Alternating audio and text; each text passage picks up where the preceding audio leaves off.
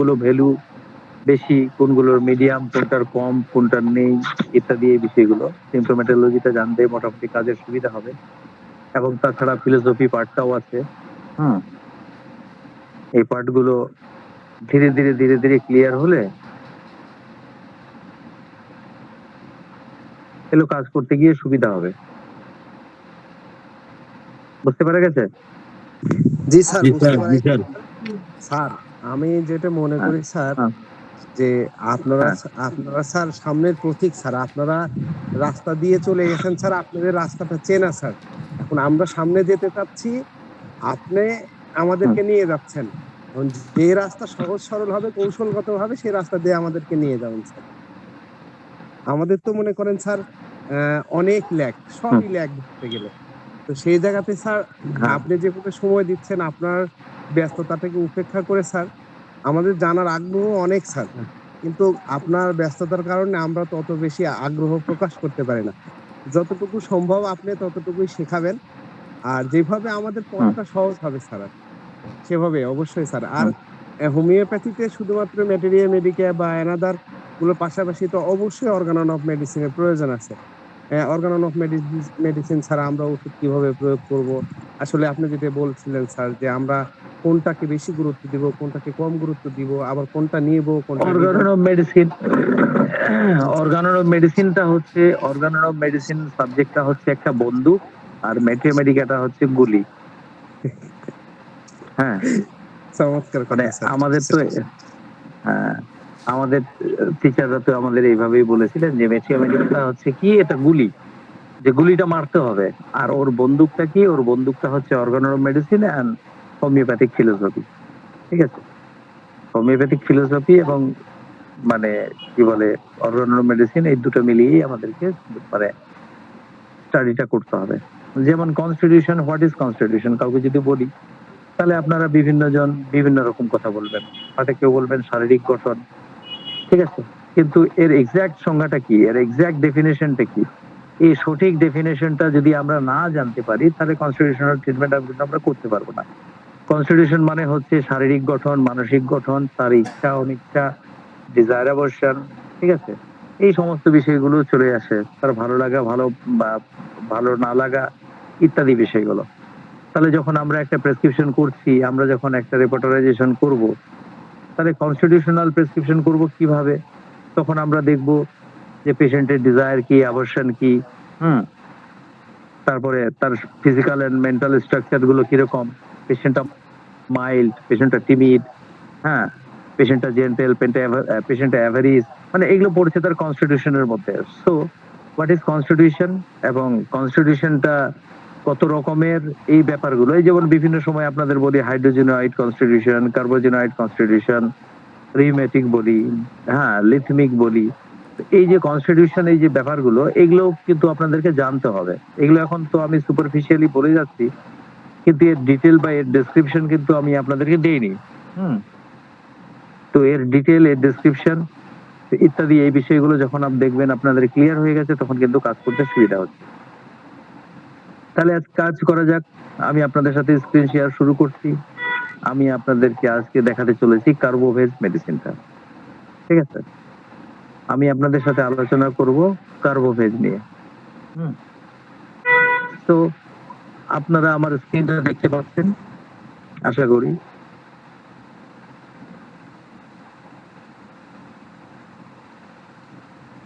হ্যাঁ, আপনারা আমার স্ক্রিনটা দেখতে পাচ্ছেন।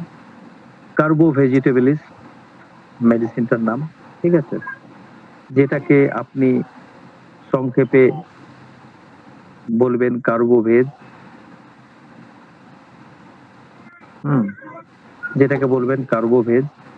এটা কি থেকে তৈরি? এটা ভেজিটেবল চারকোল, অর্থাৎ কাঠকয়লা থেকে এই ওষুধটা তৈরি হয়। এর এক্সিসটা দেখুন। এর এক্সিসটা সবসময় আপনারা স্থির রাখবেন কিসের ক্ষেত্রে? এটা আপনারা স্থির রাখবেন অ্যাকিউটের ক্ষেত্রে। ক্রনিকের ক্ষেত্রে কিন্তু এক্সিস ফলো হবে সর্বদা। এটা কিন্তু নাও হতে পারে। এটা মনে রাখবেন আপনারা। ঠিক আছে? অ্যাকিউটের ক্ষেত্রে এক্সিসটা এটাকে ফলো করতে হবে স্ট্রিক্টলি, এবং ক্রনিকের ক্ষেত্রে এই এক্সিস ফলো করার খুব বেশি প্রয়োজন নাও থাকতে পারে। ফলো করলেও ভালো, না করলেও ভালো। Main mental physical characteristic symptom গুলো যেগুলো আছে সেগুলোর উপর বেস করে প্রেসক্রিপশনটা কিন্তু করতে হয়। হুম, পেশেন্টটা অ্যাকিউট স্টেজে দেখবেন কিরকম ডাল, হট অ্যান্ড থার্স্টলেস, ঠিক আছে? কিন্তু আপনারা যদি আদার সোর্স গুলো যদি ঘাটেন তাহলে আপনারা দেখতে পাবেন যেটা থার্স্টিও বটে, হুম, চিলিও বটে, হটও বটে। তাহলে এর অনেকগুলো ফেজ আছে। এর থার্স্টি ফেজও আছে, থার্স্টলেস ফেজও আছে। অ্যাকিউটস এর ক্ষেত্রে এই পেশেন্টটা থার্স্টলেস হবে, ঠিক আছে? এবং ইন জেনারেল পেশেন্ট কিন্তু থার্স্টি, ঠিক আছে? থার্মাল রিঅ্যাকশন ইজ চিলি এবং অ্যাকিউট কেসে এটা কিন্তু হবে হট, ঠিক আছে? ক্রনিক কেসে চিলি হতে পারে, বাট অ্যাকিউট কেসে স্ট্রিক্টলি এটা হট হতে হবে। তো আমাদেরকে কার্বোভেজ প্রেসক্রাইব করতে গেলে আমাদেরকে দেখতে হবে পেশেন্টটা ডাল, পেশেন্টটা হট এবং পেশেন্টটা thirstless. Carbo veg is a antipsoric medicine, এর মায়াজাম হচ্ছে সোরা। এর ডায়াথিসিস হচ্ছে ডিস্ট্রাকটিভ ডায়াথিসিস, মানে পতনশীল রোগ, পতনশীল অবস্থা, ডিস্ট্রাকটিভ ফেজে, ঠিক আছে? যখন কেসটা আছে সেই সময়টাতে এটা বেশি ভালো কাজ করে।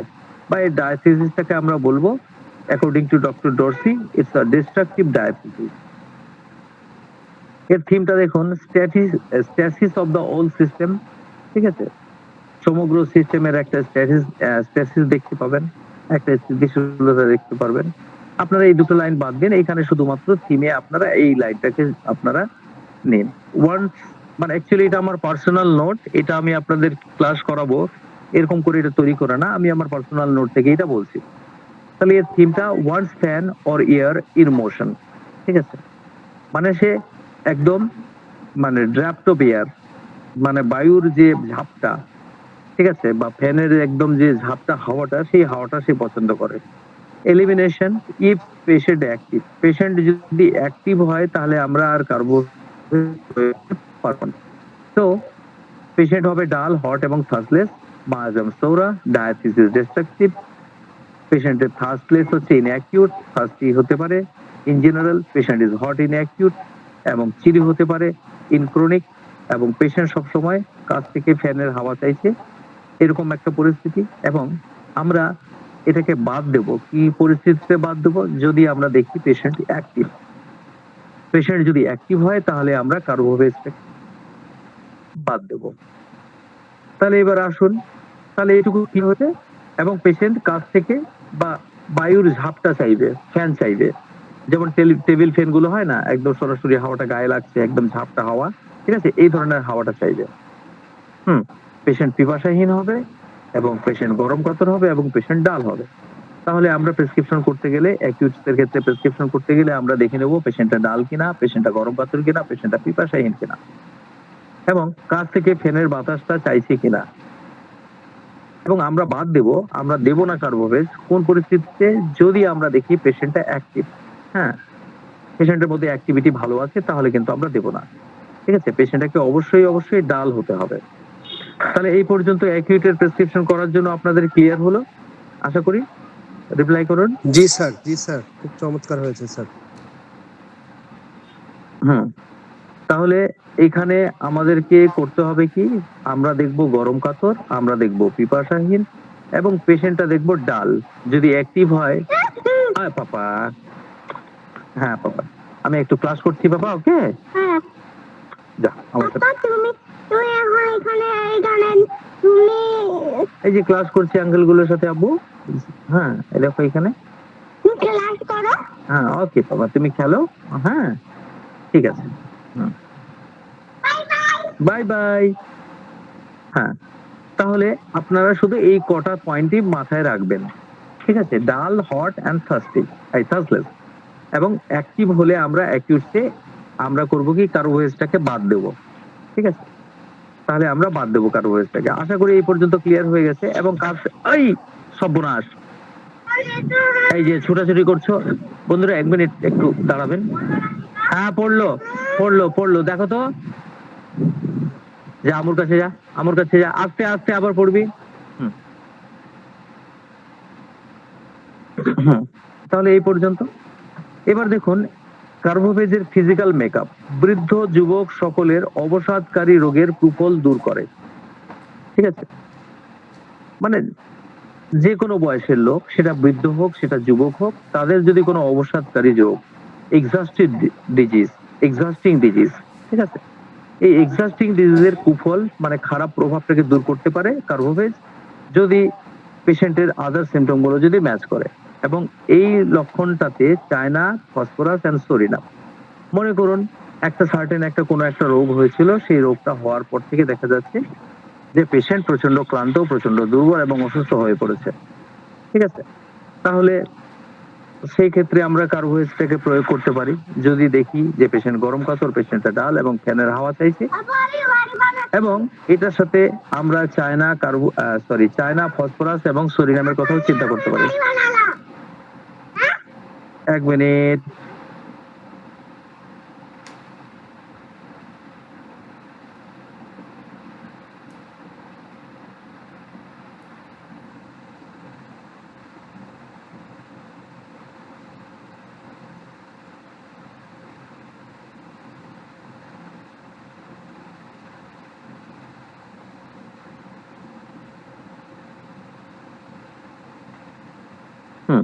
তাহলে বৃদ্ধ, যুবক সকলের অবসাদকারী রোগে, মানে অবসাদকারী রোগ বলতে এমন একটা রোগ যে রোগটার ফলে পেশেন্ট প্রচন্ড এক্সস্টেড হয়ে গেছে। মনে করুন টাইফয়েড হয়েছিল তার, টাইফয়েডটা হওয়ার পর থেকে পেশেন্ট প্রচন্ড দুর্বল হয়ে গেছে, ঠিক আছে? কারণ টাইফয়েড ইটস এক্সস্টিং ডিজিজ, এবং সেটার পর থেকে আর পেশেন্টটা সুস্থ হচ্ছে না। তাহলে আমরা এখানে কার্বোহাইড্রেটের কথা চিন্তা ভাবনা করব সবার আগে, এবং তার সাথে চায়না, ফসফরাস এন্ড সোডিয়াম, এই তিনটা মেডিসিনকেও আমরা পাশাপাশি রাখবো।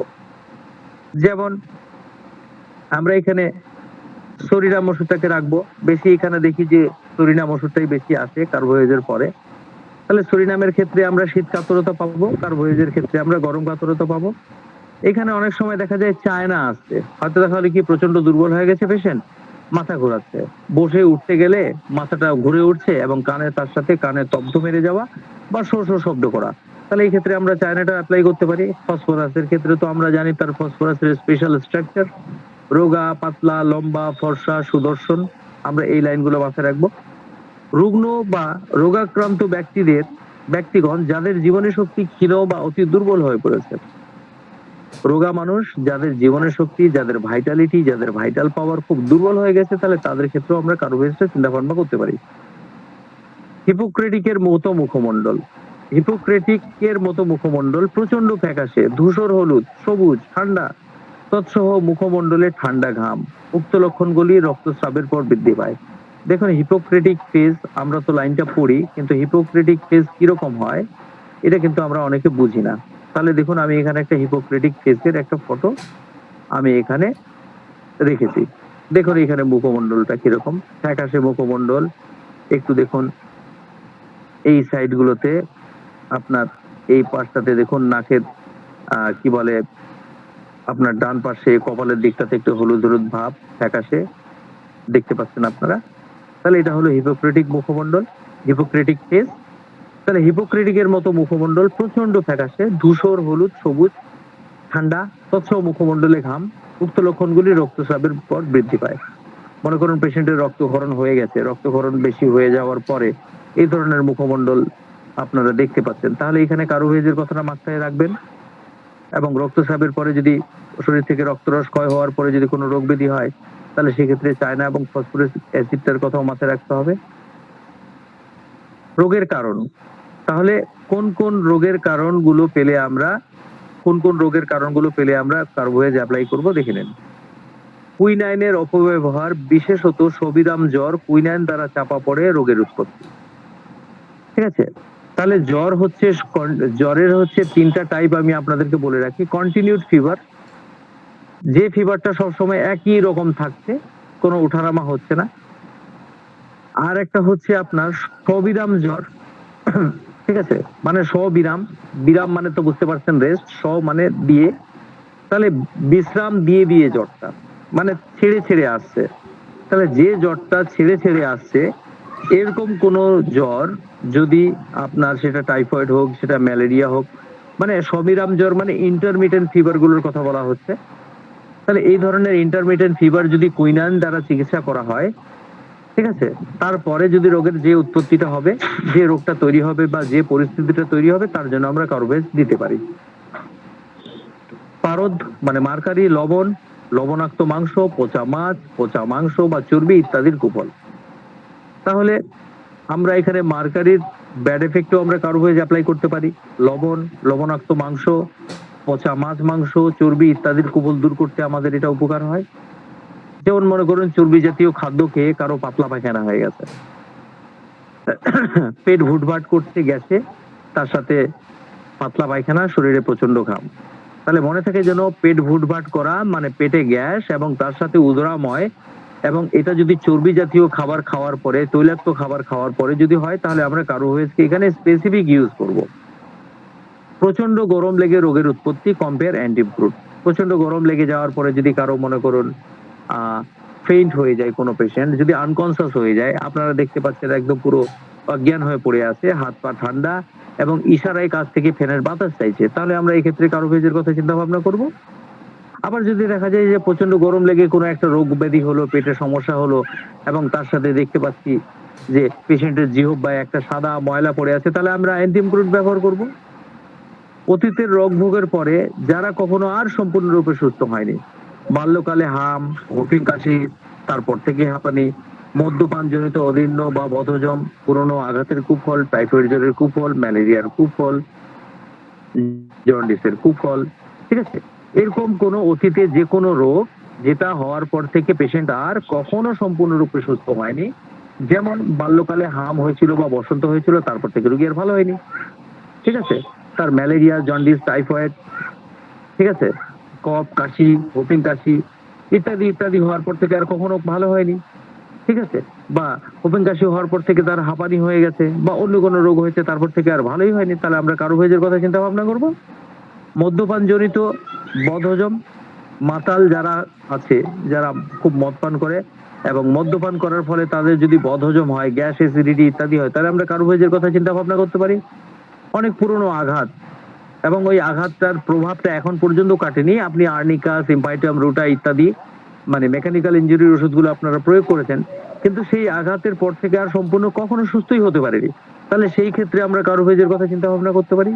টাইফয়েড জ্বর, টাইফয়েডটা ভালো হয়ে গেছে, ভালো হয়ে যাওয়ার পরে রোগী আর সম্পূর্ণভাবে সারছে না, তাহলে সেক্ষেত্রেও আমরা কার্বোভেজের কথা চিন্তা ভাবনা করতে পারি। এবং অনেক সময় এই ক্ষেত্রে সরিনাম মেডিসিনটাও আসে, খালি মাথায় রাখবেন সরিনাম শীত কাতর, কার্বোভেজ গরম কাতর, একই উঠছে। তাহলে এই জিনিসটাকে আমি আরেকবার রিপিট করি, কারণ প্রেসক্রিপশন করার মূল মন্ত্র এইটুকুর মধ্যেই আছে, নিচের দিকে যা আছে সেগুলো ইম্পর্টেন্ট, বাট মূল পয়েন্ট এগুলো। তাহলে বৃদ্ধ যুবক সকলের অবসাদকারী রোগের কুফল দূর করতে কার্বোভেজ কম্পেয়ার করতে হবে সরিনাম, চায়না ফসফরাসের সাথে। রুগ্ন বা রোগাক্রান্ত ব্যক্তি যাদের জীবনের শক্তিটা খুব দুর্বল হয়ে গেছে, যাদের ভাইটাল পাওয়ারটা কমে গেছে, তাহলে সেই ক্ষেত্রে আমরা কার্বোভেজের কথা চিন্তা ভাবনা করব। হিপোক্রেটিকের মতো মুখমণ্ডলটা হবে প্রচন্ড ফ্যাকাশে, ধূসর হলুদ, সবুজ, ঠান্ডা ঘাম, এবং এই লক্ষণগুলো সাধারণত রক্তস্রাবের পরে দেখা যায়। এবং এলিমেন্টস ফ্রম, এই পয়েন্টটা এখানে সব থেকে বেশি গুরুত্ব দিতে চাই আমি। কারণটা কি? কারণটা হচ্ছে কি, এই এলিমেন্টস ফ্রম, এই তিনটা পয়েন্ট যদি আপনারা ভালো করে জেনে রাখেন, হ্যালো, তাহলে এলিমেন্টস ফ্রম রোগের কারণ, ঠিক আছে, এই পয়েন্টটাকে আমি বেশি গুরুত্ব দিতে চাই। কেন? কারণটা হচ্ছে কি, যে এই তিনটা পয়েন্টের উপরেই কিন্তু কার্বোভেজ সব থেকে বেশি প্রয়োগ করবেন আপনারা, ঠিক আছে, আপনাদেরকে বেশিরভাগটা এই তিনটা পয়েন্ট যাচ্ছে, হ্যাঁ, তো এই তিনটা পয়েন্টের উপরে ওকে ওকে ওকে, এই তিনটা পয়েন্ট, হ্যাঁ ওকে স্টপ, এই তিনটা পয়েন্টের উপরে কার্বোভেজটাকে আপনাদেরকে বেশি প্রয়োগ করতে হবে। কি? কুইনাইনের অপব্যবহার, বিশেষ করে সবিরাম জ্বরের যদি কুইনাইন, সবিরাম জ্বর বলতে টাইফয়েড, ম্যালেরিয়াটাকে বোঝা যাচ্ছে, বা যে জ্বরগুলো ছেড়ে ছেড়ে আসছে সেই জ্বরগুলোকে সবিরাম জ্বর বলা হয়। এবং এই ধরনের সবিরাম জ্বর, হ্যাঁ, যদি কুইনাইন দ্বারা চিকিৎসা করা হয় বা কুইনাইন দ্বারা যদি এই জ্বরটা যদি চাপা পড়ে, তাহলে আমরা কার্বোভেজ অ্যাপ্লাই করতে পারি। পারদ, তারপরে লবণ, পচা মাছ, মাংস, চর্বি ইত্যাদি ব্যবহার করার কুফল। প্রচন্ড গরম লেগে রোগের উৎপত্তি, অতীতে রোগ ভোগের পর যারা আর কখনো সুস্থ হয়নি সম্পূর্ণভাবে, তাদের জন্য কার্বোভেজ অ্যাপ্লাই করা যেতে পারে। এই হলো কাণ্ড। জাকারিয়া অবশ্য স্যার, এখানে আজকে ওয়েদার প্রচন্ড। নেটওয়ার্ক ফোনের না না, সমস্যা, আমরা সবাই খুব আমরা ভালো সবাই শুনতে শুনতে পাচ্ছি। পাচ্ছি, আপনার এখানে নেটওয়ার্ক সমস্যা, আমরা সবাই শুনতে পাচ্ছি। হুম। তাহলে অতীতের রোগ ভোগের পরে অতীতে কোনো একটা রোগ হয়েছিল, একটা রোগ, মনে করুন কফ, কাশি, জ্বর, টাইফয়েড, ম্যালেরিয়া, জন্ডিস, পাতলা পায়খানা, উদরাময়, একটা অতীতের একটা এক্স ওয়াই জেড একটা কিছু রোগ হয়েছিল, তারপর থেকে রোগী আর কখনো সুস্থ হয়নি। বাল্যকালে হাম হয়েছিল, তারপর থেকে হুপিং কাশি ধরে নিয়েছে। তাহলে এই ধরনের ঘটনা যদি থাকে রোগীর সাথে, তাহলে আমরা কার্বোভেজ আমাদের ক্রনিক কেসে যদি থার্মাল যদি নাও মেলে, এক্সেস যদি নাও মেলে, তবু আমরা অ্যাপ্লাই করতে পারি। মদ্যপান জনিত হাঁপানি, এই মদ্যপান জনিত অজীর্ণ বা বদহজম, পুরাতন আঘাতের কুফল, টাইফয়েড জ্বরের কুফল ইত্যাদি। কম্পেয়ার সুরিনামের সাথে এটাকে কম্পেয়ার করতে হয়। তাহলে কোন একটা প্রিভিয়াস, যখন একটা পেশেন্ট আপনাকে বলবে নেভার ওয়েল সিন্স, অমুক সমস্যাটা হওয়ার পর থেকে আমি আর কোনোদিনও সম্পূর্ণ সুস্থ হতে পারিনি, বা অনেক সময় যদি পেশেন্ট খুব ডাল হয়, তাহলে সে এই কথাটা বলবে না। তাহলে আপনাদেরকে হিস্ট্রি নিতে হবে যে আপনার কি হয়েছিল, ম্যালেরিয়া, জন্ডিস, হাম, বসন্ত, কালাজ্বর, এরকম কিছু রোগ ব্যাধি হয়েছিল? হ্যাঁ ডাক্তার বাবু, হয়েছিল। আচ্ছা, তারপর থেকে কি শরীরটা আপনার কখনো সর্দি, কখনো জ্বর, কখনো কাশি, কখনো বদহজম, কখনো এটা, কখনো সেটা, এটাকে এরকম কি লেগেই থাকে? পেশেন্ট বলবে হ্যাঁ, তারপর থেকেই হয়তো ম্যালেরিয়া হয়েছিল, তারপর থেকেই কখনো আজ এটা, কাল সেটা, আজ গ্যাস, কাল অম্বল, কাল অ্যাসিডিটি, এই ঠান্ডা লাগলে সর্দি লেগে যায়, এটা হলে এটা হয়ে যায়, ও সেটা হলে সেটা হয়ে যায়। যখন এই ধরনের কথা যখন আপনারা রোগীর পেট থেকে বের করতে পারলেন, তখন কার্বোভেজ প্রয়োগ করতে আর কোনো বাধা থাকবে না। মনে করুন কোনো মানুষ একটা পচা মাছ খেয়ে নিয়েছে, মানে ২-৪ দিনের বাসি মাছ খেয়ে নিয়েছে, তারপর থেকে তার গ্যাস, অ্যাসিডিটি হচ্ছে, ঢেকুর হচ্ছে। তাহলে আমরা কার্বোভেজটা এখানে ইউজ করতে পারি। হয়তো তৈলাক্ত কোনো খাবার খেয়ে নিয়েছে, তৈলাক্ত খাবারটা খাওয়ার পরে, চর্বি জাতীয় খাবারটা খাওয়ার পরে দেখা গেছে পেশেন্টের পাতলা পায়খানা ধরে নিয়েছে এবং তার সাথে পেট ভুটভাট করছে, গ্যাস হচ্ছে। ঠিক আছে? তাহলে আমরা এখানেও কার্বোভেজটাকে এপ্লাই করতে পারি। এবার দেখুন মোডালিটি ইম্পর্টেন্ট পয়েন্ট গুলোর মধ্যে মোডালিটি একটা। রোগের বৃদ্ধি, এইখানে একটু টাইপিং মিস্টেক দেখতে পাচ্ছি, নিলাম অ্যামুলোরেশন,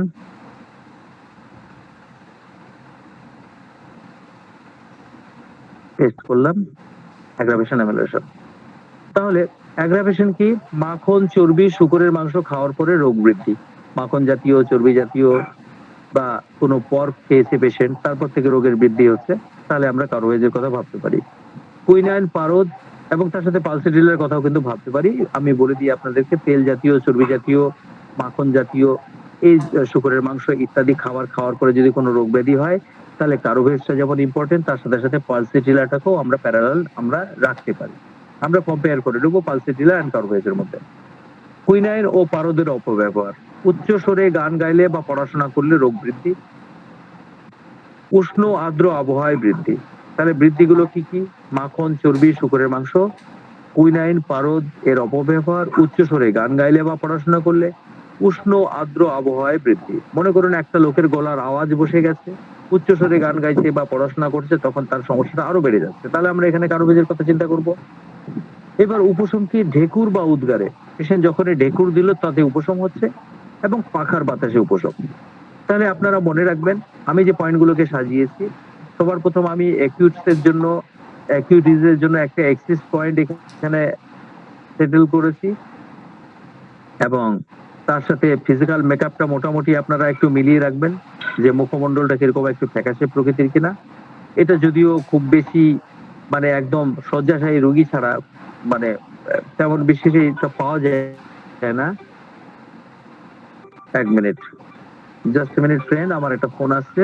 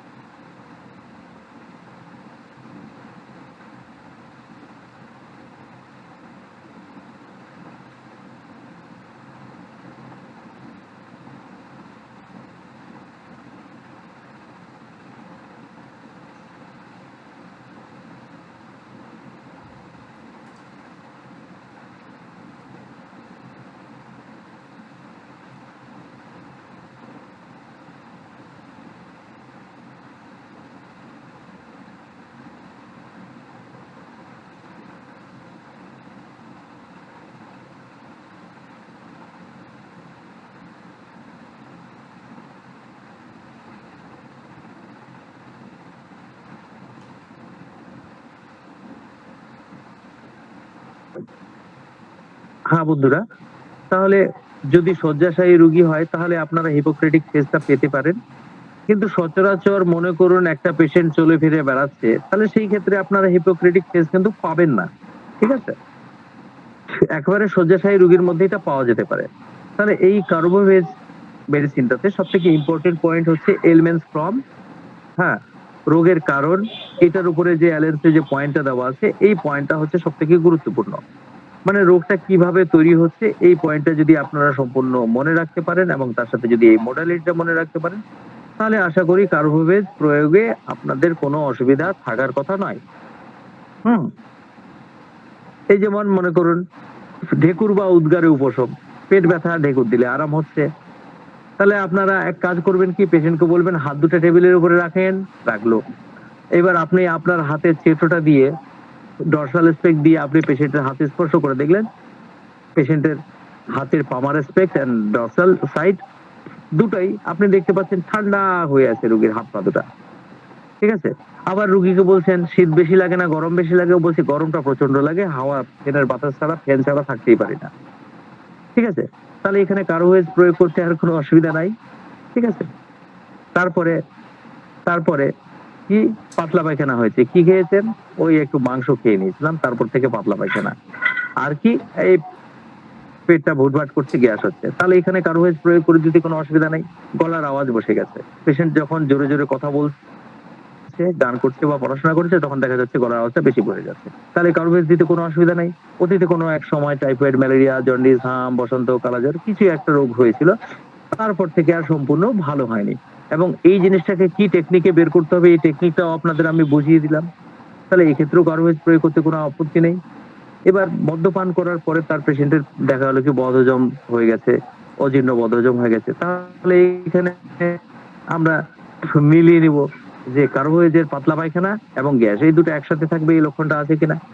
পুরাতন আঘাত হয়েছিল, রোগী হোমিওপ্যাথি, অ্যালোপ্যাথি সব রকমের চিকিৎসা করছে কিন্তু তারপরে আর ভালো হয়নি, তাহলে আমরা এই ক্ষেত্রে কার্বোহাইড্রেটের কথাটা চিন্তা ভাবনা করতে পারি। টাইফয়েড হয়েছিল, তারপর থেকে আর সম্পূর্ণ আরোগ্য লাভ করে, তাহলে কার্বোহাইড্রেটের কথা ভাবতে পারি। তাহলে ওভারঅল এই যে ব্যাপারগুলো, এই ব্যাপারটা এমুলারেশন পর্যন্ত, মানে মোডালিটি পর্যন্ত এই পয়েন্টগুলোকে একেবারে মুখস্থ রাখবেন, এগুলোকে মান থেকে একদম হারাবেন না। হুম।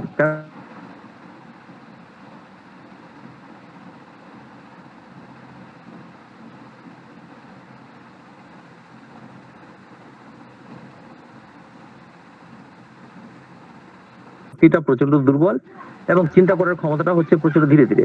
পেশেন্টটা কিরকম, একটু লেজি টাইপের পেশেন্ট, লেজি, প্রচন্ড লেজি, অলস, কিছু করতে ভালো লাগে না, কাজ করতে ভালো লাগে না। ঠিক আছে? অন্ধকারে ভয়, ভূতের ভয়, হঠাৎ স্মৃতিশক্তির হ্রাস, অন্ধকারে ভয় পাবে, ভূতের ভয় পাবে এবং তার স্মৃতিশক্তি হঠাৎ কমে যাবে। এবার ফিজিক্যাল জেনার্স গুলোকে একটু ভালো করে মনে রাখতে হবে। দেখুন এখানে উপরে যে কথাগুলো বলেছি এগুলো এখন নিচে বর্ণনা, আবার সেগুলোর বর্ণনা আপনারা এখানে খুঁজে পাবেন। অতিরিক্ত রক্তস্রাব হেতু জীবনে শক্তির হ্রাস, পেশেন্টের অতিরিক্ত রক্ত বেরিয়ে গেছে শরীর থেকে, তার ফলে পেশেন্টের জীবনের শক্তিটা কমে গেছে, তার রিঅ্যাকশন করার ক্ষমতা কমে গেছে, সে চুপচাপ পড়ে আছে, মরার মতন পড়ে আছে, হাত পা ঠান্ডা হয়ে গেছে, কিন্তু আবার পাখার বাতাস চাইছে, জল পিপাসা নেই। তাহলে এই ক্ষেত্রে আমরা কার্বোভেজ ভাবতে পারি। জৈব রস ক্ষয়জনিত ব্যাধি, ভগ্ন শৈশ্লিক ঝিল্লি মানে মিউকাস মেমব্রেন থেকে রক্তস্রাব, পেশেন্টের হয়তো দেখা হলো কি মিউকাস মেমব্রেন কোন কোন জায়গাগুলোতে আছে, সেটা হচ্ছে ঠোঁটে, গলায়, মলদ্বারে, ঠিক আছে, নাক থেকে, এগুলোকে দেখা যাচ্ছে যে চুয়ে চুয়ে রস পড়ছে এবং তার সাথে দেখা যাচ্ছে জীবনের শক্তি হ্রাস পেয়েছে। তাহলে আমরা এখানে কার্বোহাইড্রেটের কথা ভাবতে পারি, কম্পেয়ার করুন চায়না এবং ফসফরাসের সাথে। ভেরি সিম্পল, ফসফরাসের কনস্টিটিউশনটার কথা তো আমি বলে দিয়েছি, এবং চায়নার ক্ষেত্রে বসে উঠতে গেলে মাথা করা, এবং মাথা করার সাথে কানে ভব শব্দ, এবং চায়নার ক্ষেত্রে থার্ড থার্মালটা হবে কি, মানে এটা সব জায়গাতে ফিট হয়ে যায়, ফার্স্টেও ফার্স্ট গ্রেড, ফার্স্টলেসও ফার্স্ট গ্রেড, চিলিতেও ফার্স্ট গ্রেড, হটেও ফার্স্ট গ্রেড চায়না। হুম। জীবনের শক্তি প্রায় নিঃশেষ হয়ে গেছে, রোগী ক্রমাগত পাখার বাতাস চায়, রোগের অন্তিম পর্যায়ে প্রচুর ঘাম, ঠান্ডা নিঃশ্বাস, ঠান্ডা জিহ্বা, সরলভ ইত্যাদিতে কার্বোহাইড্রেট জীবন রক্ষা করে। তাহলে এখানে আমি বলে দিয়েছি আপনাদেরকে রোগের অন্তিম পর্যায়ে। তাহলে এখানে আপনারা দেখুন, এখানে ডায়াথিসিসটা কি ডিস্ট্রাকটিভ ডায়াথিসিস, কেন? কারণটা হচ্ছে কি, এটা রোগের অন্তিম পর্যায়ে, লাস্ট মোমেন্টে এটা ইউজ হয়। ঠিক আছে? এটা লাস্ট মোমেন্টে এটা ইউজ হয়। তাহলে এখানে দেখা গেছে কি রোগের অন্তিম পর্যায়ে প্রচুর ঘাম হচ্ছে, ঠান্ডা নিঃশ্বাস, হাত পা ঠান্ডা হয়ে যাচ্ছে, জিভটা ঠান্ডা, গলার আওয়াজ বসে গেছে, এই সমস্ত লক্ষণ যদি পান আপনারা, তাহলে এই ক্ষেত্রে কার্বোহাইড্রেটটা যদি উচ্চ শক্তি ব্যবহার করেন তাহলে রোগীর জীবন রক্ষা হতে পারে। উচ্চ শক্তি বলতে কি, এখানে অনেকে 6 দেয়, কেউ 30 দেয়, কেউ 200 দেয়, কিন্তু আমি এখানে দেখেছি 10M, 50M, CM, এই তিনটা জিনিস, এই তিনটা পটেন্সি বেশি ভালো কাজ করে। আমার ক্ষেত্রে প্রেফারেবল হচ্ছে 10M and CM। হুম। শরীরের যে কোনো রন্ধ্র থেকে রক্তচাপ দুর্বল, ভগ্ন স্বাস্থ্য, দুর্বল কোষগুলি থেকে রক্ত চোয়াতে থাকে, জীবনের শক্তি নিঃশেষ হয়ে আসে। শরীরের রক্ত রস বা যে কোনো তরল পদার্থের ক্ষয়জনিত কারণে জীবন শক্তির হ্রাস, টাইফয়েড ও কলেরার অন্তিমকালে যখন দেখবেন অবসন্নতা, শীতল ঘাম, সমগ্র শরীর শীতল, শীতল নিঃশ্বাস, নাড়ি খুঁজে পাওয়া যাচ্ছে না, পেট ফেপে পেটে বায়ু সঞ্চয় মানে পেট ফাঁপা, রোগে কোন রোগে পাখার বাতাস চাওয়া, রক্তস্রাব ইত্যাদি কার্বোহাইড্রেটের প্রধান চরিত্রগত লক্ষণ। তাহলে এখানে এই লাইনটাও মনে রাখার মতো, শরীরের রক্ত রস বা যে কোনো তরল পদার্থের ক্ষয়জনিত কারণে জীবন শক্তির হ্রাস, টাইফয়েড ও কলেরার অন্তিমকালে অবসন্নতা, শীতল ঘর্ম, সমগ্র শরীর শীতল ও শীতল নিঃশ্বাস, নাড়ি লোপ, পেটে বায়ু সঞ্চয়, পেট ফাঁপা, কোন রোগে পাখার বাতাস চাওয়া, রক্তস্রাব ইত্যাদি কার্বোহাইড্রেটের প্রধান চরিত্রগত লক্ষণ। এবার চলে আসুন নাকটাতে। রোজ রোজ নাক থেকে রক্ত পড়ে, সপ্তাহের পর সপ্তাহ ধরে তা চলতে থাকে, শারীরিক পরিশ্রমে নাক থেকে রক্ত পড়া বৃদ্ধি পায়, রক্তস্রাবের আগে ও পরে মুখমণ্ডল ফ্যাকাশে দেখা যায়। তাহলে এইটা আপনারা বুঝেই গেলেন, বাংলায় লেখা আছে, এটা খালি পড়ে আপনার মেমোরিতে রাখতে হবে। দাঁতের গোড়াগুলি আলগা বা ঢিলে ঢালা বা শিথিল, একটুতেই রক্তপাত হয়। রেসপিরেটরি সিস্টেম সন্ধ্যায় হর্সনেস, রেসপিরেটরি সিস্টেম হর্সনেস মানে স্বরভঙ্গ, এটা কখন? সন্ধ্যায়। সন্ধ্যার আর্দ্র হাওয়ায়, উত্তাপে, ভেজা বা আর্দ্র আবহাওয়ায় স্বরভঙ্গ বৃদ্ধি পায়। যখন ওয়েদারটা এখনকার ওয়েদারটা যেরকম বর্ষাকাল, দেখছেন ওয়েদারটাতে ময়েশ্চার বেশি আছে, এই ধরনের আবহাওয়াতে যদি স্বরভঙ্গ হয় তাহলে আমরা কার্বোহাইড্রেটের কথা ভাবতে পারি, এবং গলা খেকার দিলে আওয়াজটা পরিষ্কার হয় না। ঠিক আছে? তাহলে স্বরভঙ্গ হয়েছে, হর্সনেস হয়েছে, সন্ধ্যাবেলায় বৃদ্ধি পাচ্ছে। হ্যাঁ, সন্ধ্যাবেলার আর্দ্র আবহাওয়াতে বৃদ্ধি পাচ্ছে, উত্তাপে বাড়ছে, ভেজা বা আর্দ্র হাওয়ায় স্বরভঙ্গটা বৃদ্ধি পাচ্ছে, এবং গলা খেকার দিলে বা গলা ঝাড়লে কি হয়? আওয়াজটা পরিষ্কার হয় না। তাহলে সন্ধ্যাবেলা স্বরভঙ্গ, হর্সনেস, এইটাতে যেমন আমরা কার্বোহাইড্রেটকে পাই, যদি একই রকম ঘটনা যদি সকালবেলা ঘটে এবং রোগী যদি দেখতে শ্যামবর্ণ হয়, ঠিক আছে, মাংসপেশিগুলো মানে কি বলবো প্রমিনেন্ট বোঝা যায়, তাহলে আমরা এখানে কস্টিকামের কথা ভাববো। চলে আসুন কার্ডিওভাস্কুলার সিস্টেম। শিরা সংক্রান্ত রোগের প্রাবল্য, রক্তে অক্সিজেনের অভাব। ঠিক আছে, রক্তে অক্সিজেনের অভাব, সে কারণে রোগী কাছ থেকে পাখার বাতাসটা চাইছে। শিরা উপশিরায় রক্ত প্রভাবের অভাব হেতু নীল বর্ণ ধারণ করছে, এবং হাত পা ঠান্ডা হয়ে যায়, জীবনের শক্তি নিঃশেষ হয়ে আসে, এবং রোগী অনবরত পাখার বাতাস চায়। বন্ধুরা, এখানে আরেকটা ইম্পর্টেন্ট কথা বলতে ভুলে গেছি। আমি কার্ডিওভাস্কুলার সিস্টেম থেকে আবার আমি ইন্ট্রোডাকশনে যাচ্ছি, দেখে নিন এখানে একটু। দেখুন, এই যে ডিস্ট্রাকটিভ, এই শব্দটা লেখা আছে বোল্ড এবং রেড কালারে, তাহলে এটা হলো ফার্স্ট গ্রেড। আবার দেখুন থার্স্টি, এটা দেখা যাচ্ছে আপনার ইটালিক এবং ব্লু কালারে, তাহলে এটা হলো সেকেন্ড গ্রেড। এবং থার্সলেস, এগুলো যেগুলো আছে এগুলো হচ্ছে আপনার থার্ড গ্রেড, বা এগুলো হচ্ছে জেনারেল ওয়ার্ড। ঠিক আছে, তাহলে ফার্স্ট গ্রেডটা আমি এখানে ইন্ডিকেট করেছি বোল্ড এন্ড রেড, সেকেন্ড গ্রেডটা করেছি আমি ইটালিক এন্ড ব্লু। চলে আসুন কার্ডিওভাস্কুলার সিস্টেমে। তাহলে এইটা এখানে কেন বললাম, দেখুন এখানে শিরা উপশিরায় রক্ত প্রবাহের অভাব, শরীরের যে রক্তের শিরা উপশিরাগুলো আছে সেগুলোতে রক্ত প্রবাহের অভাব, এর কারণে অক্সিজেনের অভাব আমরা দেখতে পাই, মানে অক্সিজেনের অভাব হয়, এবং যার কারণে কি হয়, শরীরটা নীল বর্ণ ধারণ করে, শরীরটা ঠান্ডা হয়ে যায়, জীবনের শক্তি নিঃশেষ হয়ে আসে। কেন? কিরকম ব্যাপারটা দেখুন, আমাদের হৃৎপিণ্ড কি করে গোটা শরীরকে রক্ত সাপ্লাই দেয়, কিভাবে দেয়? দেখুন, আমাদের হৃৎপিণ্ড শরীরের ইনফিরিয়র ভেনা কাভা এবং সুপিরিয়র ভেনা কাভার মাধ্যমে হার্টে রক্তটা যাচ্ছে। হার্টে কোথায় যাচ্ছে? এটা হচ্ছে রাইট অ্যাট্রিয়াম, ডান দিকের হৃৎপিণ্ডে যাচ্ছে। ডান দিকের হৃৎপিণ্ড থেকে যাচ্ছে ওটা ডান দিকের ভেন্ট্রিকেলে, ডান দিকের ভেন্ট্রিকেল থেকে ওটা চলে যাচ্ছে লাংসে, অক্সিজেনের সাথে যুক্ত হচ্ছে।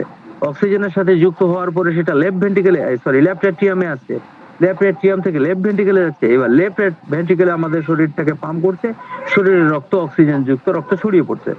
তাহলে এখানে রক্ত প্রবাহের যেহেতু অভাব এবং এই যে মনে করুন অক্সিজেনেটেড ব্লাড আমাদের বডিতে সাপ্লাইটা হচ্ছে না, যার কারণে শরীরটা ঠান্ডা হয়ে যাচ্ছে এবং অক্সিজেন হাঙ্গারের জন্য কি হচ্ছে, রোগী অনবরত পাখার বাতাস চাইছে। দেখুন এই অনবরত পাখার বাতাস চায়, এই শব্দটা লাল এবং বোল্ড, মানে এটাকে ফার্স্ট গ্রেড আমি রেখেছি এখানে, মানে সরি আমি রাখিনি, এটা ডক্টর অ্যালেনের কি নোটে আছে।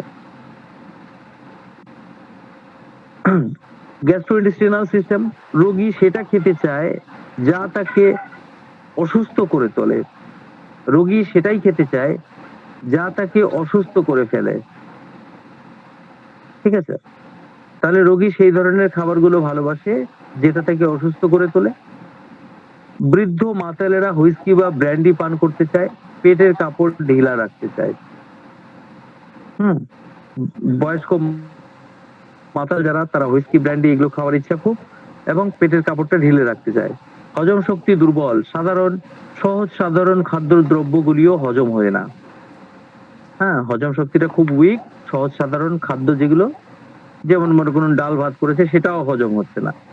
পাকস্থলীয় অন্ত্রে মানে ইন্টেস্টাইনে, পাকস্থলী এবং অন্ত্রে প্রচন্ড গ্যাস জমা হয়। শুলে বৃদ্ধি, পানাহারের পরে মানে খাবার পরে বা জল পান করার পরে এত গ্যাস হয় যেন মনে হয় পেটটা ফেটে যাবে। অমিতাচার মানে অনিয়ম করা, রাতে দেরি করে খাওয়া এবং গুরুপাক খাবার খেয়ে হজম শক্তি দুর্বল হলে উপযোগী। তাহলে আপনারা বুঝুন এখানে হজম শক্তিটা দুর্বল, সহজ সাধারণ সিম্পল ফুড সেটা হজম করতে পারছে না, তার ইন্টেস্টাইনে প্রচন্ড গ্যাস হচ্ছে, শুয়ে গেলে গ্যাসটা বেড়ে যাচ্ছে, খাওয়ার পরে বা পান করার পরে পেটে এত গ্যাস হচ্ছে যেন পেটটা ফুলে একদম ঢোল হয়ে গেল, ফেটে যাবে। অনিয়মিত জীবনযাপন করা, অমিতাচার, রাতে দেরি করে খাবার খাওয়া এবং রিচ খাবার খাওয়ার পরে যদি হজম শক্তি দুর্বল হয়ে যায়, তাহলে এখানে আমরা করব কি, আমরা এখানে কার্বোহাইড্রেটটাকে রাখবো এবং আমরা মিলিয়ে নেব মোডালিটি থেকে ইরাকটেশন অ্যামেলোরেশন, এই লাইনটাকে আমরা যুক্ত করে দেবো এখানে। বা এখানেও দেখুন লেখা আছে ঢেকুরে সাময়িক আরাম, ইরাকটেশনে টেম্পোরারি রিলিফ হচ্ছে।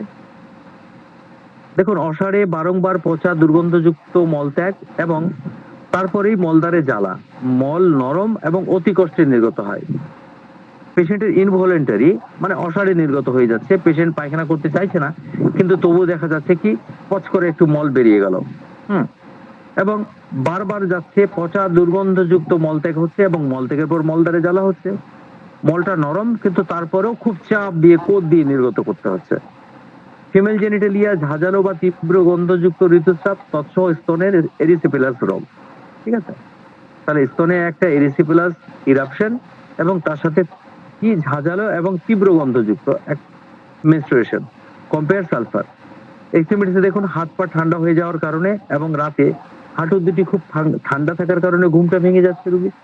আমি বারবার বলে আসছি শুরু থেকে, রোগীর হাত পা ঠান্ডা থাকবে, ওই যে টেকনিকটা আপনাদেরকে শেখালাম, ফিভাসে কেমন কম, শীতনা গরম বেশি, বেশি, এবং ফ্যান ছাড়া থাকতেই পারি না। হাত দুটো দিন, হাত দুটো টেবিলে রাখলো, আপনি আপনার হাতের উল্টা পৃষ্ঠা মানে ডরসাল স্পেস দিয়ে আপনি পেশেন্টের হাতে স্পর্শ করলেন, বললেন হাতটা উল্টা করুন, উল্টা করলো সেটাকে স্পর্শ করলেন, দেখলেন হাত দুটো ঠান্ডা হয়ে আছে, পা দুটো দেখি, পা দুটোকেও দেখছেন ঠান্ডা হয়ে আছে। কি বদহজম, গ্যাস, পেট ফুটবাট, অ্যাসিডিটি, পিপাসা নেই, গরম কাতর, ঠিক আছে, ফ্যান চাইছে সব সময়, তাহলে এখানে মেডিসিন আমাদেরকে দিতে হবে কি Carbo veg, compare Apis mellifica. Relationship এর কমপ্লিমেন্টারি মেডিসিন ইজ কার্বোভেজ, ক্যালিকব, এবং এটাকে কম্পেয়ার করতে হবে কুচিকিৎসিত নিউমোনিয়া, মানে নিউমোনিয়া রোগের যদি ভালো রকম করে চিকিৎসা না হয় তাহলে সেই ক্ষেত্রে চায়না প্লামবামের সাথে তুলনা করা যেতে পারে। পুরাতন মাজালদের ফুসফুসের প্যারালাইসিসের জন্য তরল শ্লেষ্মা কফ তুলে ফেলতে অক্ষম। দেখবেন যে সমস্ত লোকেরা, যে সমস্ত মাতালেরা একটু বয়স্ক বা মেলা দিন থেকে খাচ্ছে, তাদের ফুসফুসে কফ জমেছে এবং কফটা তরল কেসে সেটাকে তুলতে পারছে না, তাহলে সেক্ষেত্রেও আমরা অ্যান্টিমটার এবং কার্বোভেজের সাথে আমরা এটা কম্পেয়ার করব। তাহলে এই হলো কার্বোভেজের সব থেকে ইম্পর্টেন্ট পয়েন্ট গুলো কি কি?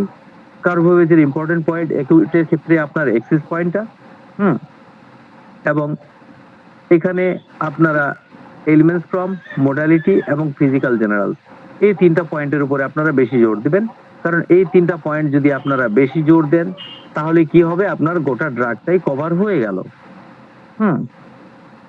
আপনি দাঁতের সমস্যার জন্য মনে করুন মাড়িগুলো ঢিলে রক্ত পড়ছে একটুতেই, আপনি কার্বোভেজ প্রেসক্রিপশন করবেন, তখন আপনাকে অবশ্যই ওই জেনারেল সিমটম গুলোকে ম্যাচ করাতে হবে। তো রেসপিরেটরি সিস্টেম, মনে করেন পেশেন্টের স্বরভঙ্গ হয়ে গেছে, সেই ক্ষেত্রেও আপনাকে ওই সেইগুলো পয়েন্ট ম্যাচ করাতে হবে, ফিজিক্যাল মডালিটি অ্যান্ড অ্যাক্সিস।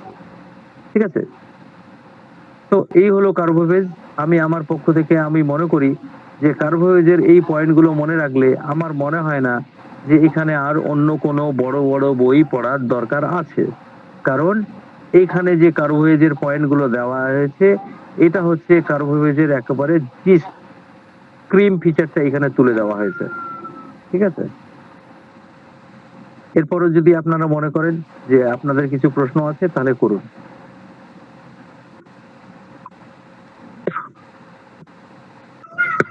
যদি কোনো প্রশ্ন না থাকে তাহলে বলুন, অনুমতি দিন তাহলে। ফ্রেন্ডস বলুন আপনাদের কোনো প্রশ্ন?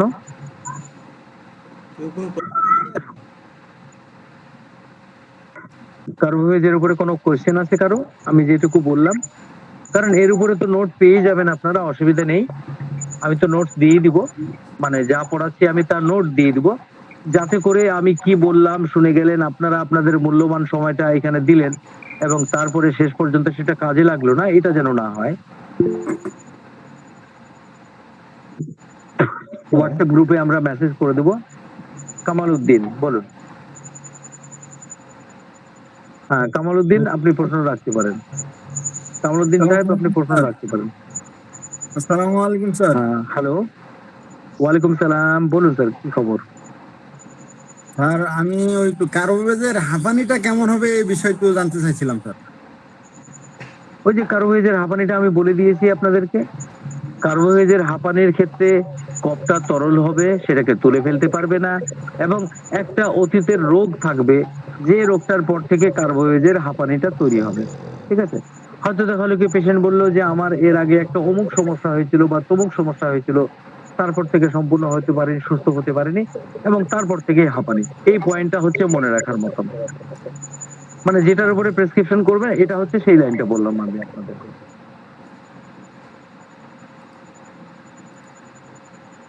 বলুন আর কেউ? আসসালামু আলাইকুম। হ্যাঁ, অ্যাকচুয়ালি বন্ধুরা আমি আরো একটা কথা বলি, আমি যেহেতু আপনাদেরকে কিনোট পড়াচ্ছি, এই কথাটা মাথায় রাখবেন, কিনোট, তাহলে আমি এখানে শুধুমাত্র মেইন ফিচারটা আপনাদেরকে ধরিয়ে দেওয়ার চিন্তা ভাবনা করেছি। কারণটা কি মনে করুন, কনস্টিপেশন হলে তার প্রত্যেকটা লাইন মল শুষ্ক হবে, তারপরে শক্ত হবে, গুটলে গুটলে হবে ইত্যাদি, এই যে মনে করুন ছোট ছোট ছোট ছোট এই সব বিষয়গুলো, এই বিষয়গুলোর উপরে মানে টোটাল ফোকাসটা না দেওয়া, আমি ফোকাসটা এখানে যেটার উপরে দিয়েছি যে এর জিস্ট ক্রিম ফিচারটা কি, মানে কোনটার উপরে আমি প্রেসক্রিপশন করব। যেমন কনস্টিপেশন হলে তো মল সব ক্ষেত্রেই শক্ত হয়, সব ক্ষেত্রেই গুটি গুটি হয়, বেশিরভাগ ক্ষেত্রেই গুটি গুটি হয়, বেশিরভাগ ক্ষেত্রেই লম্বা হয়, বেশিরভাগ ক্ষেত্রেই হার্ড হয়। তো এই পয়েন্টগুলো ইম্পর্টেন্ট না। লম্বা মেটালিকাম যদি আমি কনস্টিপেশনের রোগীতে প্রেসক্রাইব করতে যাই, তখন আমি কি দেখবো? দেখবো যে কি পেশেন্টের পেটটা ভেতরের দিকে ঢুকে গেছে, পেটে ব্যথা, কনস্টিপেশন, বাস। ঠিক আছে, বুঝতে পারা গেছে কথাটা? তাহলে এই লাইনটার উপরে আমি প্রেসক্রিপশনটা করব। কিনোট পড়ার উদ্দেশ্য কিন্তু এইটাই, বুঝতে পেরেছেন কথাটা? মানে রোগীর মেইন মেইন সিমটম গুলোকে আপনাকে মেলানো, এই জন্য কিনোট পড়া। ঠিক আছে, জি স্যার, জি স্যার। মানে এই বেসিক ধারণাটার উপরে আপনারা করবেন কি, আপনারা আপনাদের বিল্ডিংটাকে খাড়া করবেন। আমি যে আপনাদেরকে মৌলিক ধারণাটা দিলাম, এর উপরে আপনি করুন কি আপনার এটা হচ্ছে আপনার হচ্ছে একটা ফাউন্ডেশন, এর উপরে আপনি আপনার যত ইমারত এটার উপরে আপনি দাঁড় করান। ঠিক আছে, মানে অ্যালেন্সের কিনোটটা হচ্ছে এই জায়গা থেকে গুরুত্বপূর্ণ। যেমন মনে করুন আপনি যদি হেয়ারিং গাইডিং সিম্পটম যদি পড়তে যান, তাহলে আপনি এটা দেখবেন যে 10 পাতা, 20 পাতা, 15 পাতা, একটা অনেক সংখ্যক পাতা, এবং প্রত্যেকটা সিম্পটমের পুঙ্খানুপুঙ্খ ব্যাপার। কিন্তু এখন কথাটা হচ্ছে যে অত বড় বই ওরকম ভাবে যদি আমরা পড়তে যাই, তাহলে সেটাকে রপ্ত করতে পারবো না। তাহলে আমাদের কাজটা কি রপ্ত করা, কোন কোন পয়েন্টের উপর রপ্ত করা, এর বেসিক যে ক্রিম ফিচারটা, সেই পয়েন্টগুলোকে রপ্ত করা, যার জন্য কিনোট পড়া। বুঝতে পারা গেছে? নইলে তো কার্বোহাইড্রেটের উপরে যদি লেকচার দেওয়া যায়, আমি যদি অ্যাজ এ লেকচার আমি যদি মনে করি যে না এটা এইভাবে দিব, তাহলে তো মনে করুন এটার জন্য 2টা পার্ট, 3টা পার্ট, 4টা পার্ট করতে হবে। পার্ট করে অনেকগুলো পার্ট করতে হবে। বুঝতে পারা গেছে কথাটা? হ্যাঁ, কিন্তু কিনোটের এই যে লাইনগুলো আছে, এই লাইনগুলোকে বাদ দিয়ে কিন্তু আপনি প্রেসক্রিপশন করতে পারবেন না। স্যার বলুন এবার। হ্যাঁ, বলুন। আতিকুল্লাহ হাত ওষুধের তুলেছে, বলো। ওষুধের হুম। শক্তি মাত্রা এগুলো স্যার কোন পর্যায়ে রোগীর কোন মাত্রায় শক্তিতে ওষুধ দিতে হবে এই বিষয়গুলো স্যার। দেখুন, আপনি যদি সেফ ওয়েতে খেলতে চান, আপনি যদি মনে করেন শক্তি মাত্রা আমি এটাকে সেট করতে পারছি না, তাহলে আপনি 50 মিলিসিমালে চলে যান। 50 মিলিসিমাল 0/1 পোটেন্সি দিনে 4 বার দিতে পারেন। আপনি দিনে 2 বার দিতে পারেন, দিনে 1 বার দিতে পারেন, 3 বার দিতে পারেন, 6 বারও দিতে পারেন। তাহলে আপনি সেফ ভাবে দিচ্ছেন 0/1। এই চলো দিনে 4 বার খাবে। না স্যার 4 বার খেলে অসুবিধা হচ্ছে। চলো তাহলে 2 বার খাবে। তাহলে এইভাবে, আর নইলে 30 পোটেন্সি থেকে শুরু করাটাই মনে হয় সবথেকে ভালো। কারণ মাস্টার হ্যানিম্যান উনি কিন্তু লোয়ার পোটেন্সি এবং জীবনের শেষের দিকে কিন্তু 30 পোটেন্সিটাকে বেশি প্রেফার করতেন।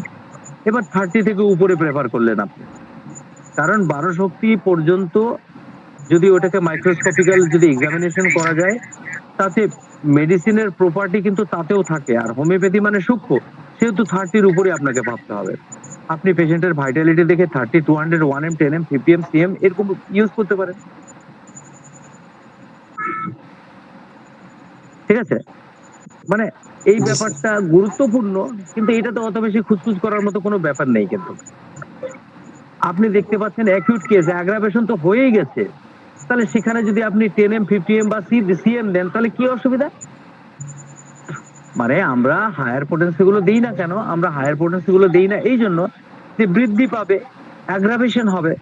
এবার আপনি দেখুন অলরেডি অ্যাগ্রাভেশন হয়েই আছে। তার মানে কি পেশেন্টের মেডিসিনের প্রতি যে মনে করুন চাহিদাটা বা মেডিসিনটাকে ক্যাচ করার যে ইন্টেন্সিটি সেটা বেশি, তাহলে সেক্ষেত্রে হায়ার পোটেন্সি দিবেন আপনারা।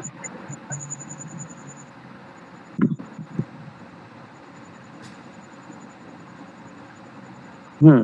এখানে দুজনের হাত দেখতে পাচ্ছি, কামাল উদ্দিন আর আতিকুল্লাহ। বলুন, কে প্রশ্ন করতে চান? করুন। হ্যালো, শোনা যাচ্ছে না, শোনা যাচ্ছে না। ভেরি এটা মনে হয় শোনা যাচ্ছে না। প্রচন্ড গরম থেকে রোগের উৎপত্তি। হ্যাঁ, অত্যন্ত গরম থেকে রোগের উৎপত্তি। তাদের ক্ষেত্রে আমরা গ্লোনাইন ব্যবহার করতাম। কখন গ্লোনাইন এবং কখন দিয়ে দেবো? না, এখানে তো এটাকে যদি রুব্রিক হিসাবে দেখা যায় যে প্রচন্ড গরম থেকে রোগের উৎপত্তি, তাহলে বেলেডোনা, গ্লোনোইন, আরো অনেক মেডিসিন আছে, ন্যাট্রামিউর, ন্যাট্রামকার ইত্যাদি অনেক মেডিসিন আছে। তাহলে গরম থেকে রোগের উৎপত্তি, তাহলে এটাকে করতে হবে কি ওই পার্সপেক্টিভে ভাবতে হবে। কিরকম? গরম লাগার পরে ওই যে ফিজিক্যাল সিমটম গুলো বললাম, ওই যে ব্যাপারগুলো বললাম, তাহলে ওইখানে আপনাকে মাইন্ডটা নিয়ে যেতে হবে যে গরম লাগার পর থেকে দেখা গেল কি যে এরকম একটা অবস্থা, ফেইন্ট হয়ে গেল পেশেন্ট। হাত পা ঠান্ডা হয়ে গেছে। তাহলে এইভাবে চিন্তা ভাবনাটা করতে হবে। এবার গরম লেগে যদি মাথা ব্যথা হয়, তাহলে আমরা বেলেডোনা, গ্লোনোইন, ন্যাট্রাম কার্ব এদিকে ভাববো।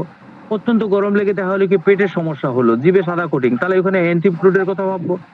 গরম লাগার পরে প্রচন্ড মাথা ব্যথা হচ্ছে, তাহলে বেলেডোনা, গ্লোনোইন, ন্যাট্রাম কার্ব, ন্যাট্রামের এগুলো ভাববো। তাহলে আমাদের চিন্তা ভাবনাটাকে বিভিন্ন অ্যাঙ্গেল থেকে দেখতে হবে। ঠিক আছে? বোঝা গেছে কথাটা? জি স্যার। হুম। হ্যাঁ, তাহলে এই যে দেখুন এখানে একটা জিনিস, গরম থেকে রোগের উৎপত্তি। এখানে আপনারা একটা জিনিস দেখুন, এখানে আমি স্ক্রিনটাকে আবার শেয়ার করছি। Start sharing. দেখুন গরম থেকে রোগের উৎপত্তি কোথায় গেল? প্রচন্ড গরম লেগে রোগের উৎপত্তি। এখানে দেখুন এই জায়গাটাতে এখানে কিন্তু দাড়ি দেওয়া হয়নি, এখানে কিন্তু সেমিকলন দেওয়া হয়েছে। আমি করেছি কি, আমি খালি লাইনটাকে আলাদা করেছি, কিন্তু এখানে দাড়ি টানিনি বা ফুল স্টপ টানিনি, এখানে সেমিকলন দিয়ে শেষ। তার মানে হচ্ছে কুইনাইন অপব্যবহার বিশেষত সবিরাম জ্বর কুইনাইন দ্বারা চাপা পড়ে রোগের উৎপত্তি, পারদ, লবণ, লবণাক্ত মাংস, পচা মাছ, মাংস, চর্বি ইত্যাদির কুফল, প্রচন্ড গরম লেগে রোগের উৎপত্তি। এবার এই টোটাল লাইনটা একসাথে যাবে। এবার এই লাইনটাকে এটার পরিপ্রেক্ষিতে ভাবতে হবে, তারপরের লাইনগুলোকে নিয়ে ভাবতে হবে। হ্যাঁ, বুঝতে পারা গেছে কথাটা? কারণটা কি, এটা তো রেপার্টরি নয় যে প্রচন্ড গরম লেগে রোগের উৎপত্তি অ্যান্টিম ক্রুড এখানে দিয়েছে, এবং তাহলে এটা অ্যান্টিম ক্রুড মেডিসিনটা কিসের উপর, এর প্রিন্সিপাল কাজ, এর মূল কাজ কি, ডাইজেস্টিভ সিস্টেমের উপর। তাহলে সেই অ্যাঙ্গেল থেকে আপনাকে চিন্তাধারাটা নিয়ে আসতে হবে। আর যদি গরম লেগে রোগের উৎপত্তি যদি পুরোটা দিত রেপার্টরি, তাহলে তো আরো এখানে অনেক মেডিসিন অ্যাড হয়ে যেত। ঠিক আছে, তাহলে আপনি চিন্তা ভাবনাটা করছেন, আপনি এটা সাপেক্ষে চিন্তা ভাবনা করবেন। বলুন নেক্সট।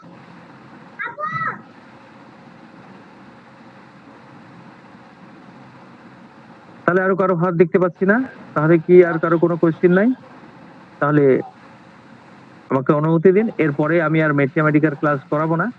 ম্যাথমেটিক্যাল ক্লাস তো অনেকগুলো করিয়ে দিলাম, এবার অর্গান মেডিসিনের উপরে 1-2-3টা টপিক দেব, তারপরে আবার হয়তো আমি দিলাম মেট্রিয়া, তারপরে হয়তো আবার দিলাম আমি অ্যানাটমি ফিজিওলজি, এইভাবে রোটেট করে করে করাবো। ঠিক আছে, যাতে টোটাল সাবজেক্টটার উপরে আপনাদের একটা বেসিক ধারণা যেন তৈরি হয়। কারণ মেডিকেল সায়েন্সে এই অল্প ক্লাসে তো মনে করুন টোটাল কনসেপ্ট আপনি ক্লিয়ার করতে পারবেন না, বা সব কনসেপ্টটা ক্লিয়ার করতে পারবেন, টোটাল পড়া তো আপনি কমপ্লিট করতে পারবেন না, তাই তো? আমি ওভারঅল একটা করব কি, একটা সামগ্রিক আমি একটা ধারণা দিব যে এই পদ্ধতিতে, এই পন্থায় বা এই পথে এগোও, এই পথে আপনারা এগোনোর চেষ্টা করুন। তাহলে আর কারো কোনো প্রশ্ন?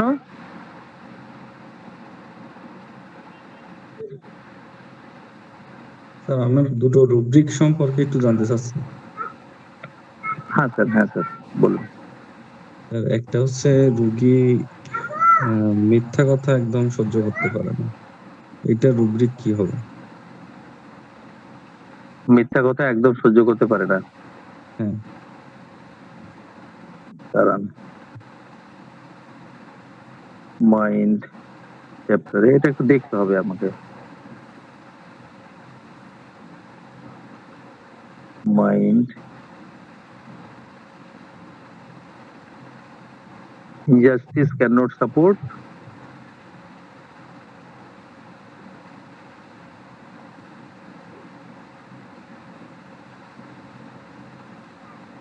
এখানে আপনি সিনথেসিসে যদি দেখেন তাহলে এর কাছাকাছি একটা রুব্রিক আপনি পাবেন যে ইনজাস্টিস ক্যান নট সাপোর্ট দা। ঠিক আছে, এই রুব্রিকটা আপনি পাবেন, এই রুব্রিকটা আপনি দেখবেন। হ্যাঁ, আর মিথ্যা কথা একদম সহ্য করতে পারে না, আমি এটা পার্টিকুলার ভাবে খুঁজিনি এই রুব্রিকটা, আমি এটা খুঁজে দেখবো, যদি পাই আরো ভালো কোনো রুব্রিক আমি অবশ্যই ইনফর্ম করব, গ্রুপে দিয়ে দেবো, আপনি একটু রিমাইন্ডার দেবেন। তবে এখানে ইনজাস্টিস ক্যান নট সাপোর্ট, রোগী কোন রকমের ইনজাস্টিস সহ্য করতে পারে না, মিথ্যা সহ্য করতে পারে না, কোনো অন্যায় সহ্য করতে পারে না, আপনি এটাকে এইভাবে ইন্টারপ্রিট করতে পারেন। স্যার। স্যার আরেকটা হচ্ছে সুচি হ্যাঁ স্যার বায়ুগ্রস্ত বলুন। যে রোগী আছে যে কোনো কিছু একটু টাচ হুম, লাগলে ধুয়ে ফেলে, হ্যাঁ এটা কি হুম, হুম। শুধু ফেস্টিডিয়াসনেসটা নিলে হবে নাকি অন্য কিছু নেওয়া সাসপিসিয়াস যাবে? একটা করুন, আর একটা করুন সাসপিসিয়াস, বারবার হাত মাইন্ড ধোয়া, সাসপিসিয়াস আরেকটা রূপ। হ্যাঁ, এগুলো কি তাহলে সবই? এখানে আপনি দেখুন, না না না না, এই প্রত্যেকটার উপরে রুব্রিক পাবেন আপনি। আমার ধারণায়, আমার কনসেপশনে যেগুলো আছে আমি ওগুলো অবশ্যই দেওয়ার চেষ্টা করব। হ্যাঁ, আর 5 মিনিট। তাহলে আপনি এখানে দেখুন ফাস্টিডিয়াস আপনি দেখতে পারেন, এখানে এটা বললেন আপনি নিজে, ফাস্টিডিয়াসটা আপনি দেখতে পারেন, এবং তার সাথে সাথে এখানে আরো কিছু রুব্রিক দেখতে পারেন। সাসপিসিয়াস দেখতে পারেন, এখানে এখানে মাইন্ড সাসপিসিয়াস দেখতে পারেন। আমি একটু আমি ভিডিও শেয়ারটা করে দিচ্ছি, দেখে নিন।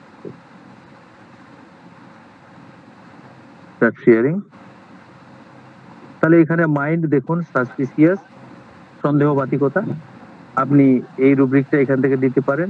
আর বারবার হাত ধোয়া বললেন, তাহলে আপনি এখানে দেখুন ওয়াশিং হ্যান্ড ম্যানিয়া,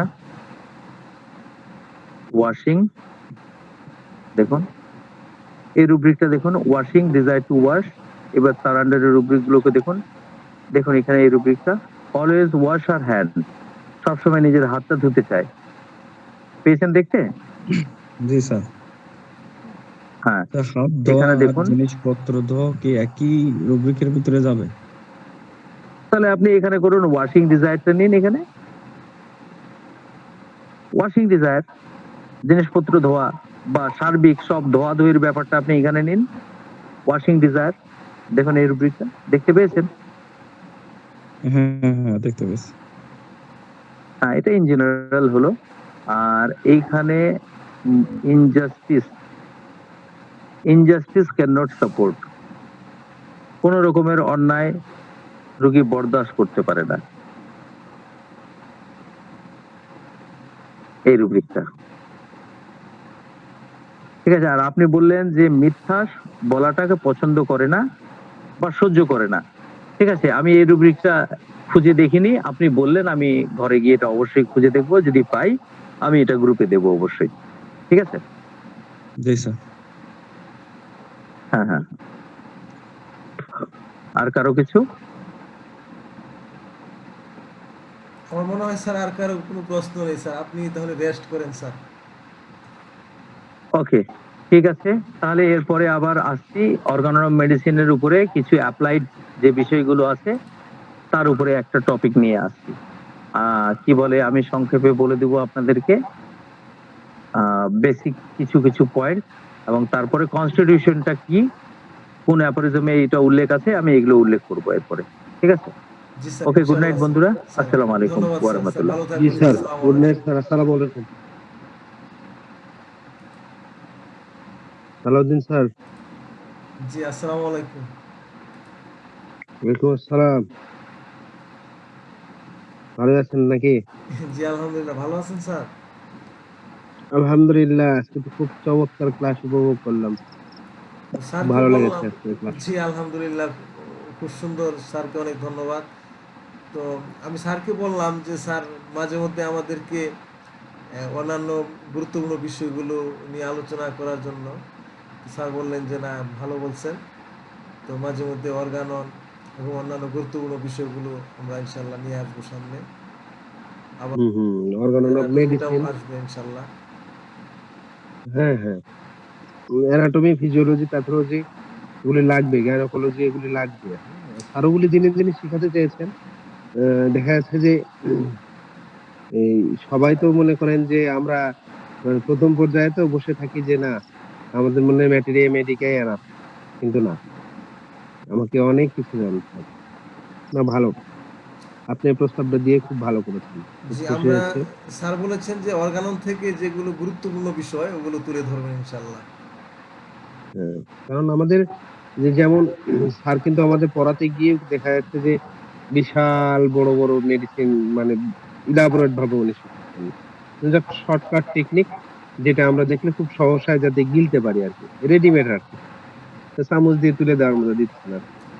খুব ভালো। এখানে এখানে আমি সবার উদ্দেশ্যে একটা কথা বলতে চাই যে আমাদের সকলেরই উচিত যে কোনো একটা কথা বললে তার রেফারেন্স সহ কথাটা বলা, যে আমি এই কথাটা কোথায় পেলাম, আমি বরিকে পেলাম না ক্যান্ট পেলাম না নেশে পেলাম না এলেনে পেলাম, এটা কোথা থেকে এই কথাটা বললাম। তো আমাদের দেখা যায় বেশিরভাগ স্যারেরা বিভিন্ন লেকচার দিচ্ছে কিন্তু ওনারা কোনো রেফারেন্স দিচ্ছে না, আবার কোনো লেকচার শিটও দিচ্ছে না। এক্ষেত্রে আমাদের পরবর্তীতে এই কথাগুলো আমরা কাজে লাগাতে পারছি না।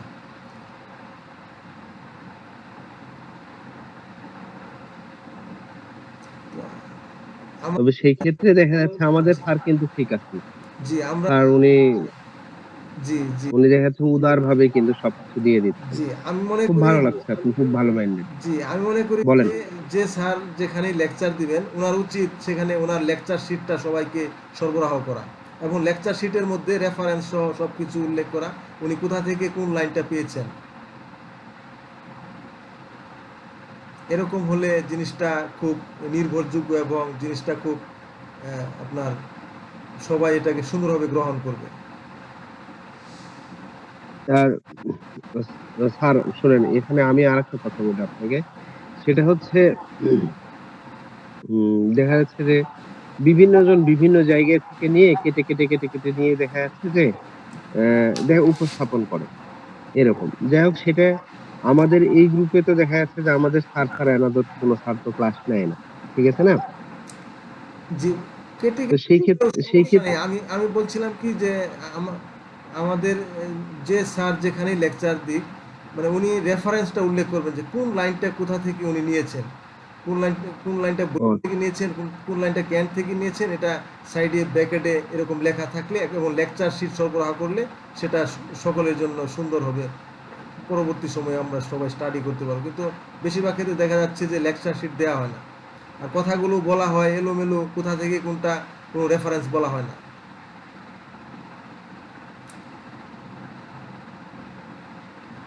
মানে এই লেকচার শিট গুলো পাবো কিভাবে, কোথা থেকে পাবো সেটা তো বলতে হবে। যে আমরা এই লেকচার শিটগুলো আমাদের হোয়াটসঅ্যাপ গ্রুপে আমরা দিয়ে দিব। অলরেডি আমাদের তিনটা লেকচার শিট দেওয়া হয়েছে, ল্যাট্রামিউর, সিপিয়া এবং লাক্স বম। আর বাকিগুলো আমরা পর্যায়ক্রমে দিতে থাকবো ইনশাল্লাহ। Okay, thank you. Welcome sir. Mazharul sir, আপনি কোথায় থেকে বলতেছিলেন? আপনার অ্যাড্রেসটা একটু বলবেন প্লিজ। আমি সালাউদ্দিন স্যার সাইডম্যান থেকে বলতেছি। মাজারুল ইসলাম ভুঁইয়া স্যার আমার কলিগ, হ্যাঁ, হ্যালো। উনি রিটায়ার্ড আর্মি। স্যার চলে আসছেন, স্যার চলে আসছেন। স্যার আসসালামু আলাইকুম স্যার। হ্যাঁ, আমি একটা রুব্রিক বলার আসলাম অনলাইনে, ঠিক আছে, এটা আমি বলে দিই। আবু থাম তো, শরৎ আবু। হ্যাঁ হ্যাঁ, হ্যালো, শোনা যাচ্ছে? হ্যালো, জি স্যার, শোনা যাচ্ছে স্যার।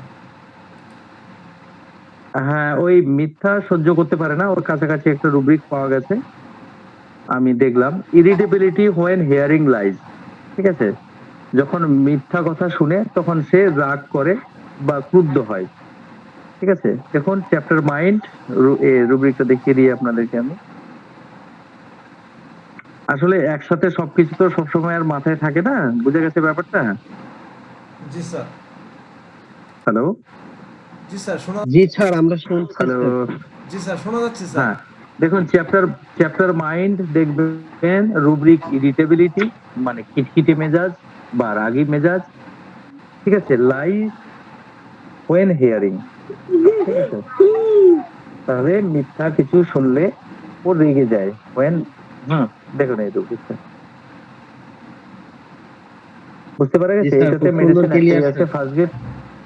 হ্যাঁ, এটা পোডোফাইলাম আছে এটাতে, দেখুন এটা পোডোফাইলাম FD3, কিন্তু এই অথারটা অতটা বেশি অথেন্টিক বলে মনে হয় না, কিন্তু ফার্স্ট গ্রেড মেডিসিন, এটাকে আমরা অস্বীকারও করতে পারছি না। এটা আপনারা বিষয়টা বিবেচনা করবেন, ঠিক আছে। কারণ ওই যে বললাম যে সব সময় তো আর সব জিনিস একসাথে মাথায় থাকে না, হয়তো অনেক সময় দেখা যায় যে কমন রুব্রিকটা আমি খুঁজে পাচ্ছি না, ঠিক আছে, এই জিনিসগুলো ঘটে।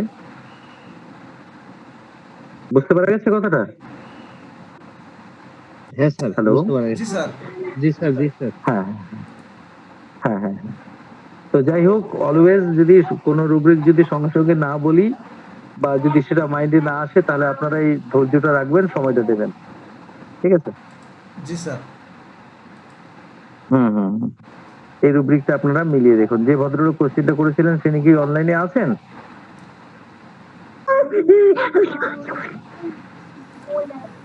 না, মনে না, নেই। উনি আচ্ছা, মনে হয় ঠিক চলে আছে। গেছেন স্যার। আচ্ছা, এই রুব্রিক দুটো তাহলে আপনারা গ্রুপে দিয়ে দিবেন আপনারা, ঠিক আছে। এই রুব্রিক গুলো গ্রুপে দিয়ে দিবেন। জি স্যার। Okay, bye. স্যার, ভালো থাকবেন স্যার। আসসালামু আলাইকুম। হ্যাঁ, ওয়ালাইকুম সালাম। কাকে ফোন করছিল?